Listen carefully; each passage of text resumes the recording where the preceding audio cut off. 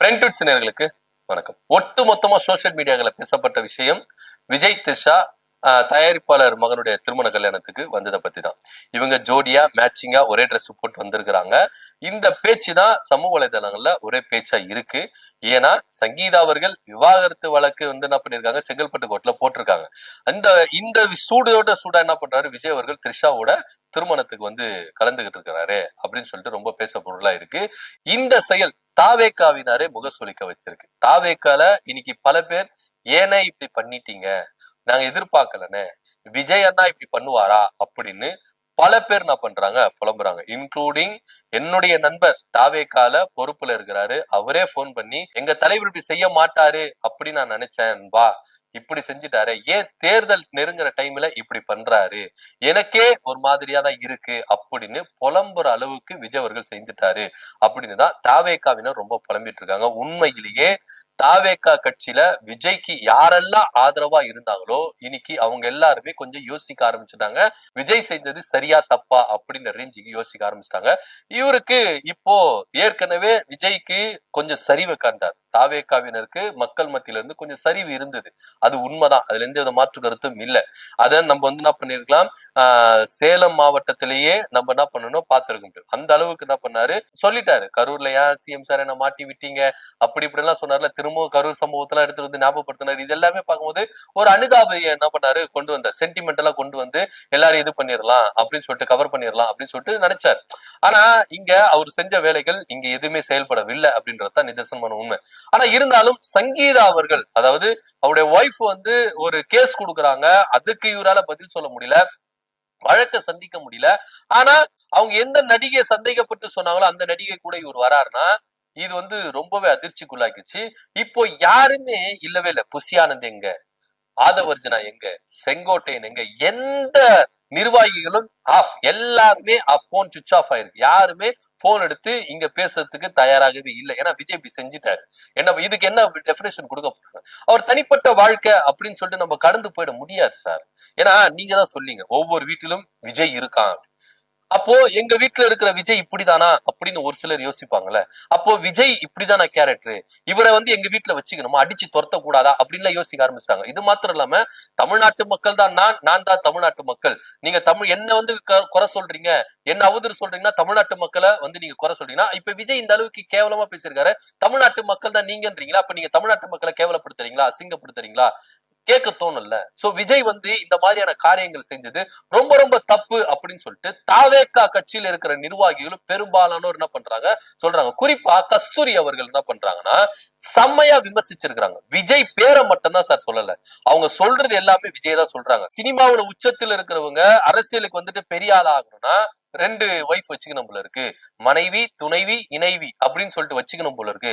அப்படி இருந்தாதான் என்ன பண்ண முடியும், பெரிய ஆளா முடியும், மக்கள் மத்தியில செல்வாக்கா இருக்க முடியும். நான் மக்களை காப்பாத்துறேன், மக்களுக்கு நல்லது செய்யறேன், மக்களுக்கு எல்லாமே பண்றேன், தமிழ்நாட்டை புரட்டுறேன் அப்படி இப்படின்னு சொல்றாரு. அவங்க எல்லாம் இப்படிதான் இருக்கணுமா அப்படின்னு செம்மையா வச்சு செஞ்சிருக்கிறாங்க கஸ்தூரி அவர்கள். உண்மையிலேயே அவங்க கேட்கறதுல எந்த விதத்துல நியாயம்?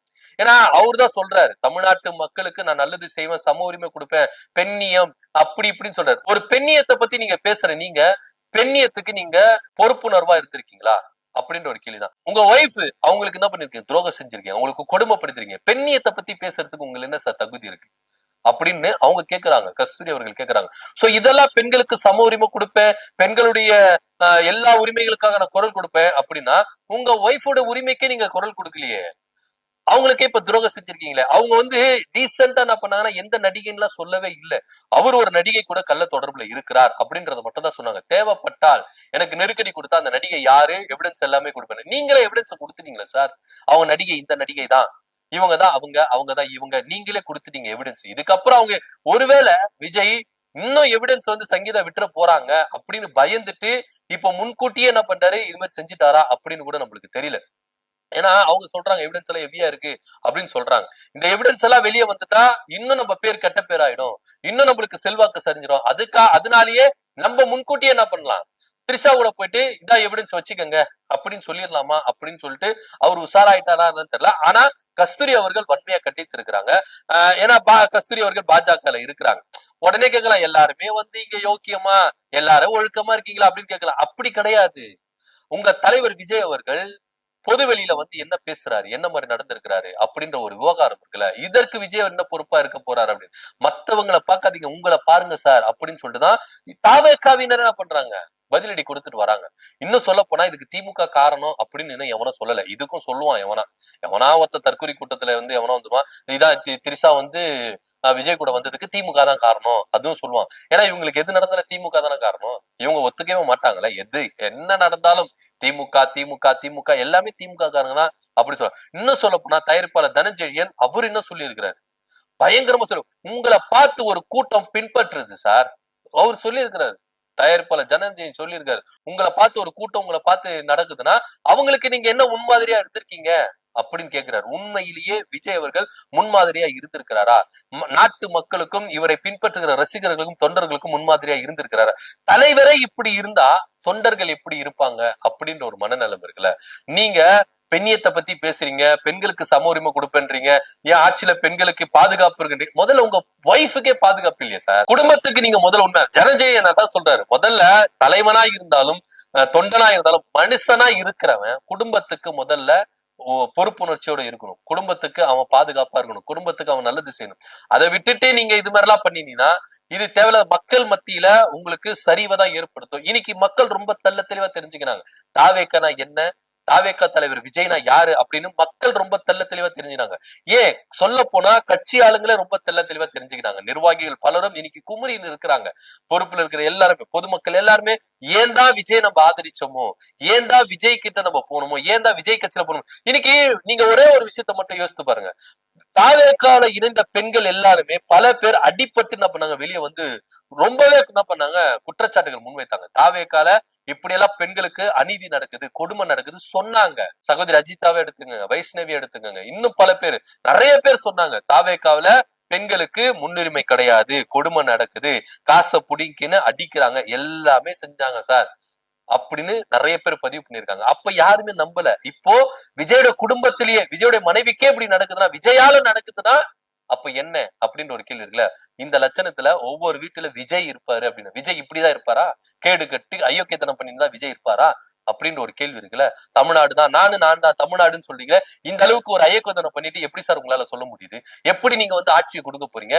ஆட்சி நீங்க எதுவும் பண்ண போறீங்க? நிறைய பேர் நிறைய ட்ரோல் பண்ணிட்டு இருக்காங்க, நிறைய பேரு சோசியல் மீடியால நெட்டிசன்கள் வச்சிருக்காங்க. விஜய் செய்தது மிக மிக மிக தவறு, தேர்தல் நேரத்துல இப்படி விஜய் அவர்கள் பண்றதுக்கான காரணம் என்ன அப்படின்னு ஒரு விஷயம் இருக்குல்ல. எங்க போனீங்க? புஷியானந்த் எங்க விளக்கம் கொடுத்து வருவாரு? ஆதவர்ஜுனா பேசுவார், வாய் வக்கனையா பேசுவார், ஆதவர்ஜுனா பேசுவார், வாய் வக்கனையா பேசுவாரு. இப்ப எங்க போனீங்க, என்ன செஞ்சீங்க, உங்க தலைவருடைய கேரக்டர் என்ன? இதே விஜய் அவர்கள் பேசுற பேச்சு ஒண்ணு வைரல் ஆயிட்டு இருக்கு. When wealth is lost, nothing is lost. When health is lost, something is lost. When character is lost, everything is lost. குணத்தை பத்தி அவர் பேசினார். இன்னைக்கு விஜயோட குணம் என்ன? எல்லாரும் கேள்விகள் கேட்டு இருக்காங்க. ஆனா கரூர் வழக்குல எப்படி ஓடி போய் ஒளிஞ்சாங்களோ அதே போலதான் விஜய் என்ன பண்ணிருக்காங்க, எல்லாருமே ஓடி போய் ஒளிஞ்சிருக்காங்க. இன்னைக்கு பொது வெளியில யாருமே காணும். ஏன்னா வெளியில வந்தா நம்ம பதில் சொல்லி ஆகணும், இத கடந்து போயிட முடியாது, சாதாரணமா கடந்து போயிடு. இப்போ விஜய் அவர்களுக்கு கோர்ட்ல போயிட்டு விவாகரத்து ஆயிடுச்சு, சங்கீதாக்கும் விஜய்க்கும் விவாகரத்து ஆயிடுச்சு, அவர் தனிப்பட்ட லைஃப் பர்சனல் லைஃப் அவர் பாத்துட்டாருப்பா, இவங்க கூட விவாகரத்து ஆயிடுச்சுல, இதுக்கப்புறம் அவங்களுக்கு இவங்களுக்கு பேச்சு இல்ல, எங்க தலைவர் பேச்சு, பிரச்சனையே கிடையாது. ஆனா விவாகரத்து வழக்கு தாக்கல் செஞ்சிருக்காங்க, அது விசாரணை கூட நடக்கல, அதுக்குள்ள நீங்க இப்படி செய்யறீங்கன்னா எப்படி? இது வந்து கஸ்தூரி அவர்களும் கேக்குறாங்க, கஸ்தூரி அவர்கள் கேட்கறதுல எந்தவித மாற்று கருத்தும் இல்ல, அவங்க நியாயமா கேக்குறாங்க. பெண்ணியத்துக்கு பெண் சம உரிமைக்கு போராடுற விஜய் ஏன் அவங்க ஒய்ஃபுக்கு முதல்ல அதை கொடுக்கல, ப்ரொவைட் பண்ணல? இன்னைக்கு உங்க பசங்க என்ன நினைப்பாங்க? குடும்பத்துக்குள்ள எல்லாரையும் நீங்க என்ன பண்ணீங்க, ஒதுக்கி வச்சுட்டீங்க, யாருமே உங்க கிட்ட இல்ல. ஒரே ஒரு நடிகைக்காக பெற்றவர்களை நீங்க என்ன பண்ணீங்க, அப்பா அம்மாவை ஒதுக்கி வச்சீங்க, பெத்த பிள்ளைங்களை ஒதுக்கி வச்சீங்க, கட்டின பொண்டாட்டியை ஒதுக்கி வச்சீங்க. இப்படிதான் ஒரு தலைவர் இருக்கணுமா? இந்த தலைவர் தான் நம்மள வந்து ஆளணுமா, நம்மளுக்கு முதலமைச்சரா இருக்கணுமா அப்படின்ற ஒரு கேள்வி எல்லார் மத்தியிலும் இருக்கு. தாவேக்காவினர் மத்தியிலையும் இது இருக்கு அப்படின்றதுதான் நிதர்சனமான உண்மை. உண்மையிலே விஜய் இப்படி செஞ்சிருக்க கூடாது, அவரு செஞ்சது ரொம்ப ரொம்ப ரொம்ப தவறு அப்படின்னு தான் பல பிரபலங்கள் என்ன பண்றாங்க, சோசியல் மீடியாக்கள்ல பதிவிட்டு வராங்க. ஆனா ஒரே ஒரு விஷயம், விஜய் இப்படியே போயிட்டே இருந்தா திரிஷா கட்சிக்குள்ள அடுத்து உள்ள வர போறாங்களா அப்படின்னு ஒரு கேள்வி இருக்கு. இதை பத்தியோட கருத்து என்ன அப்படின்னு கீழே கமெண்ட் பண்ணுங்க. நன்றி, வணக்கம்.